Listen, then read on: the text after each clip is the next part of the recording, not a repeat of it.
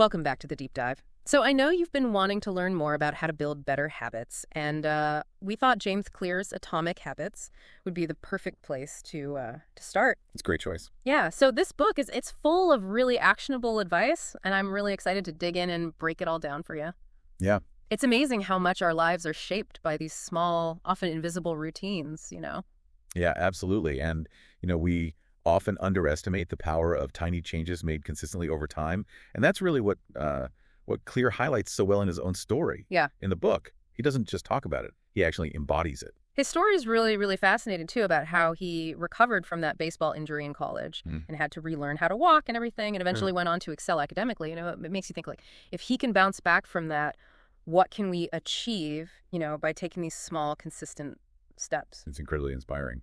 And it really sets the stage for his main point, which is that we don't need to make these huge changes or have superhuman willpower to be successful. Right, yeah. We just need a system for getting a little bit better each day. Yeah, I love that 1% better every day idea. It's something that I think about a lot, and he uses the analogy of a plane taking off. Right. Even a tiny shift in direction at the beginning of the flight leads to a completely different destination. I thought that was so powerful. I think it's a great way to really understand the power of compounding, because we tend to overestimate the importance of single events and underestimate the effect of making small changes over time. Yeah. And that leads us to Clear's 4 laws of behavior change, or the 4 stages of habit formation, which are cue, craving, response, and reward. Okay.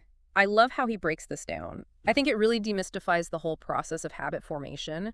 So let's say, for example, I walk into the kitchen and I see a plate of cookies on the counter. Okay. That's the cue, right? Exactly. That's the cue that triggers your brain to initiate a behavior. Yeah. But it's not just about seeing the cookies themselves. It's also about what those cookies represent to you. So it's about, like, the craving for the feeling that those cookies will give me, Yeah. like a sugar rush or a sense of comfort or something like that. Precisely. The craving is the motivational force behind the habit. It's that desire for a change in state, and then comes the response, which is the actual act of eating the cookie. Right. And then the reward is that delicious sugary taste that makes you want to do it again, which reinforces the entire cycle. Exactly. So I guess think about how this plays out in other areas of your life, What are some cues that you encounter regularly that trigger cravings, which lead to certain responses and then ultimately rewards? It really makes you realize how many of our behaviors are automatic. Yeah, it's kind of scary. Yeah. But the cool thing is that once we understand how this cycle works, we can start to design our habits instead of letting them control us. That's so powerful. And one of the most interesting ways to do this that Clear talks about is by focusing on identity. It's not just about changing your actions. It's about changing your beliefs about who you are at your core. Yeah, he says your current behaviors are a reflection of your current identity. So if you want to change your habits, you have to start by changing how you see yourself. So instead of just saying, I want to exercise more, I should be focusing on becoming the kind of person who prioritizes their health. Exactly. He uses the example of voters. Okay. People who identify as voters are more likely to actually vote than those who just want to vote in that moment. So it's not just about a specific outcome. It's about aligning your actions with the person you want to be. Right. I love that. And Clear offers this really cool tool called the Habits Scorecard to help you become more aware of your current habits. It's like taking inventory of your daily routine and categorizing your habits as good, bad, or neutral. Right. It's like holding up a mirror to your behavior. I like how he uses that analogy of the Japanese railway conductors who point and call out every action they perform to reduce errors. It's a simple but effective technique. It is. So you're basically consciously acknowledging each habit as you do it, which helps you identify those things that you might not even be aware of. Exactly. And then once you have that awareness, you can start to shape your environment to support your desired habits. I love this idea. This is where environment design comes in, right? Right. He talks about Lewin's equation. Behavior is a function of the person in their environment. Yeah. Our surroundings have a huge impact on our actions. More than we realize. Yeah, sometimes even more so than our willpower. Absolutely. Think about how many times you just mindlessly pick up your phone because it's sitting right there. Or eat something unhealthy because it's within reach. All the time. It's like we're not always in control as much as we think we are. Right. And Clear says that even small changes to our environment can make a big difference in our behavior. He gives the example of the Massachusetts General Hospital cafeteria. Right. They redesigned the layout to make healthy options more prominent, and it led to a significant increase in sales of those items. That's really cool. I know. So it's like, if you want to read more, leave a book on your nightstand. If you want to reduce your social media use, Put your phone in a drawer. Yeah, make it harder to access. It's about making the path of least resistance lead to the behaviors you want. Exactly. And it's not just about physical cues either. Right. It's also about the information you consume and the people you surround yourself with. It's really powerful stuff. It is. It's making me realize that building better habits is not just about willpower. Right. It's about being strategic about your environment. Absolutely. This has been really insightful already. And we're just getting started. Yeah, there's so much more to learn. There is. So we're back, and, as we continue this deep dive into Atomic Habits, one thing that really struck me was Clear's emphasis on making good habits satisfying, Right. Because our brains are wired for instant gratification, right? So how do we bridge that gap between, the effort we put in today Yeah. and the payoff that might be weeks or even months away? Well, that's a big challenge in habit formation. But Clear suggests that we can actually use our brain's wiring to our advantage by adding a little bit of immediate pleasure to those good habits. Oh, interesting. So like rewarding ourselves for taking small steps, even if the big payoff is a long way off. Yeah, exactly. Like reinforcement. Imagine you're trying to build the habit of saving money. Okay. Instead of just focusing on that long-term goal of financial security, you could set up a system where every time you save a certain amount, you treat yourself to something small, like a nice coffee, or you add it to a fund for a future experience or vacation or something like that. I love that. That's a great idea because it's like you're making the process itself more enjoyable. Right. Not just the end result. Exactly. It doesn't feel so much like a sacrifice, Yeah. And another strategy he suggests is using visual measures to track your progress. Okay. Because seeing those small wins pile up can be really motivating. Yeah, I could see that. I'm a very visual person. So like if I was trying to build a writing habit, I could keep a chart and mark off each day that I write. That's a great example. Yeah, because as that chart fills up, you get that visual reminder of your consistency, and it reinforces that you're making progress. It becomes like a source of pride. Exactly. Like, oh, look how much I've accomplished so far. Yeah, and it motivates you to keep going. Okay, so we've talked about rewarding good habits, but what about making bad habits less appealing? Because those often have their own immediate rewards, right? Even if they're ultimately harmful in the long run, how do we combat that? Well, Clear suggests a really interesting approach, which is adding a little bit of immediate pain to those bad habits. Oh, wow. So it's like the opposite of what we were just talking about. Right, exactly. Yeah. He calls it the strategy of making bad habits unsatisfying. Okay, I like that. How do we actually go about doing that, though? One strategy is to create what he calls a habit contract. Okay. Which is an agreement you make with yourself or even with an accountability partner, where you outline specific consequences for slipping up. So it's like a system of checks and balances to keep you accountable? Exactly. Yeah. And to make you think twice before indulging in that bad habit.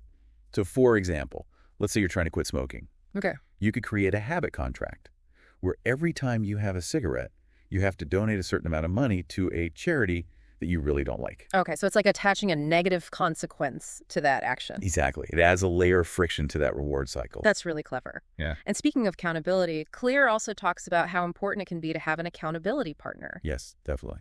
I've found that just having someone to share my goals with and check in with regularly really helps me stay on track. What are some of the key benefits of having an accountability partner? Well, it's about leveraging that social support to reinforce your commitment.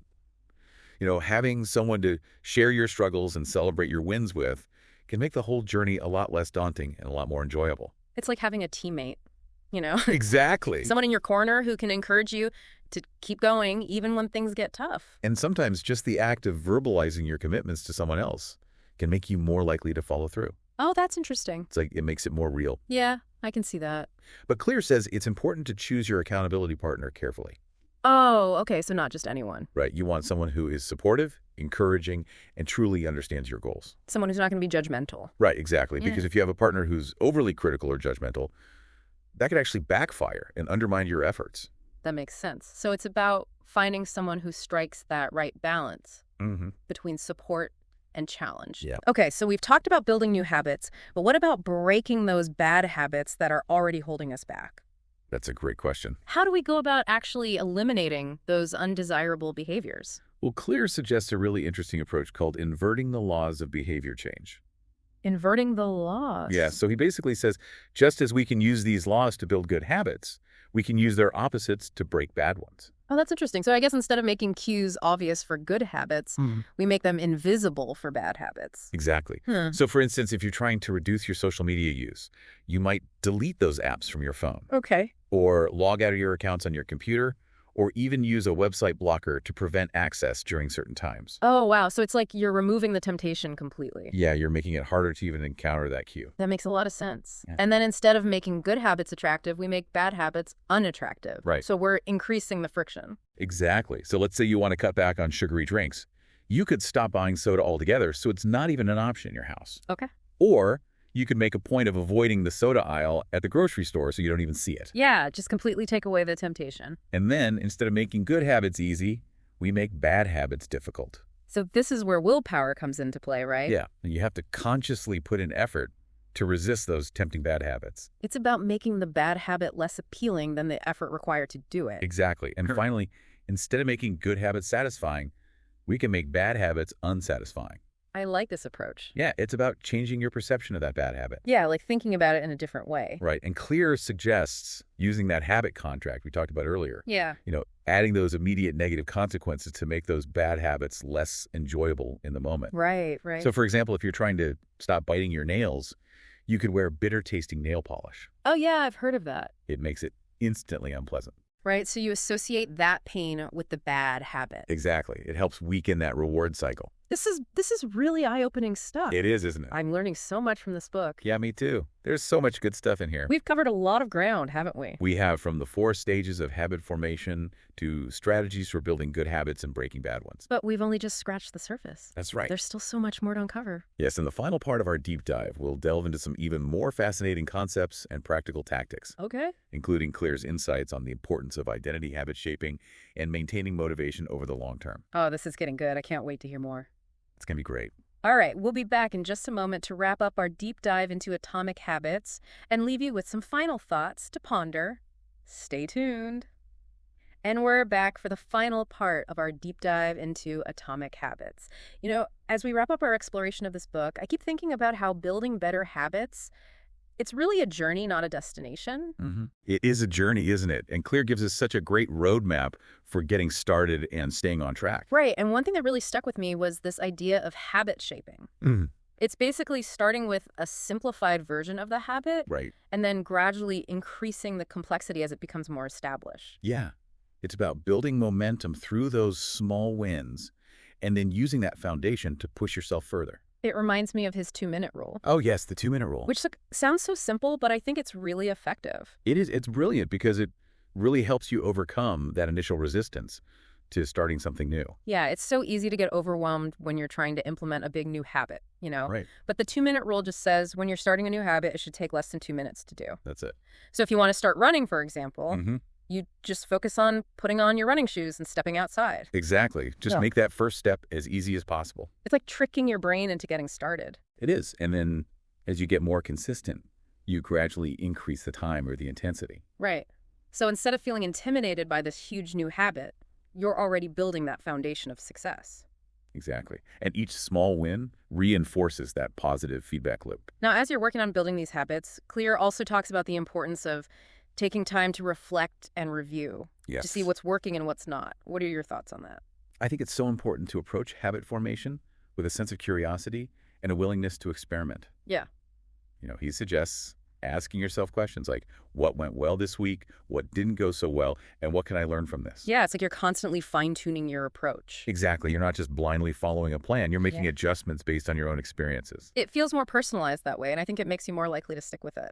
I agree. And as we wrap up our discussion on atomic habits, I want to come back to one of the most powerful ideas in the book, Okay. which is the importance of identity in habit change. Yeah, he says true behavior change is identity change. That's right. Our current behaviors are just a reflection of our current identity. So if we want to change our habits, we need to start by changing how we see ourselves. Exactly. Instead of trying to force ourselves to do something we don't really want to do, like eat healthy, Right.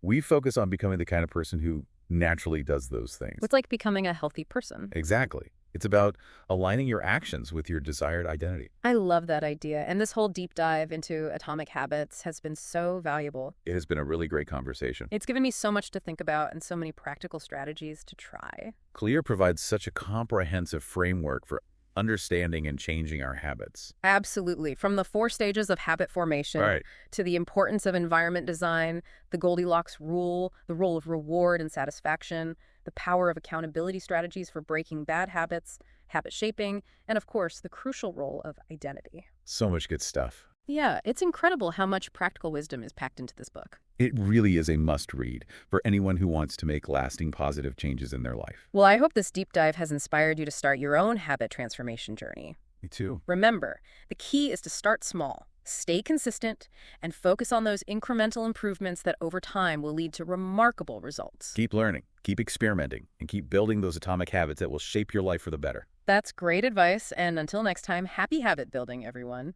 If you like the video, please like, subscribe, and share the video. Thank you.